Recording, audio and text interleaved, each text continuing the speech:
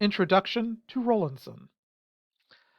A narrative of the captivity and restoration of Mrs. Mary Rowlandson was the first narrative published by an Anglo-American woman during a time when women in colonial society were not to be heard publicly. The work rapidly went through 40 editions, and virtually it has always been in print. Rowlandson's work was written during a time of declining faith or steadfast belief in the community.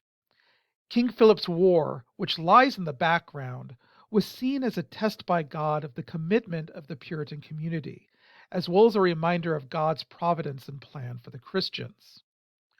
Her work contains a sense of sensationalism, adventure, heroism, the extreme piety of the heroine, mass murders, kidnappings, a sunrise massacre. It also provides a look into Native American culture, their movements, diet, dress, ceremonies, customs. The context of the story, the reasons behind the raid on Lancaster and King Philip's War in general, are largely absent. The immediate raid by Native Americans was in retaliation for the execution of three of King Philip's men on what were probably false charges. The reason behind the war, however, had to do with land. The Native Americans were starving, continuously pushed off the lands they had once inhabited, and this was their last ditch effort to drive back the English. Rowlandson does not mention the war directly.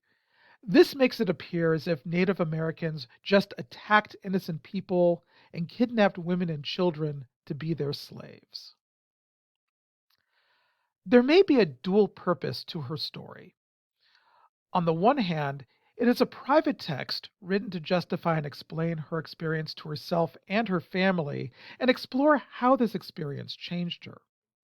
On the other, this is a public text, and Rowlandson is interested in making a contribution to society and instruct the Puritan community at large.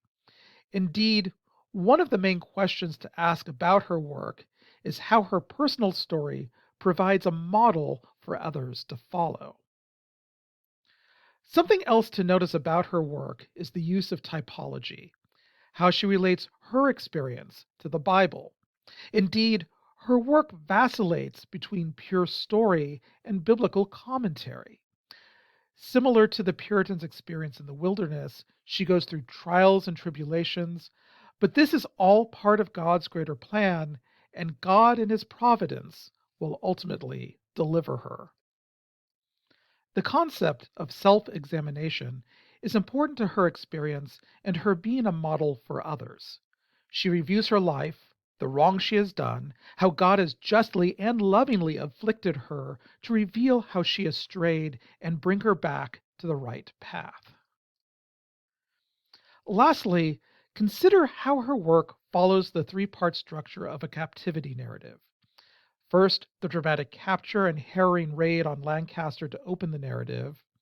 Second, a description of her time in captivity where she details Native American culture and customs.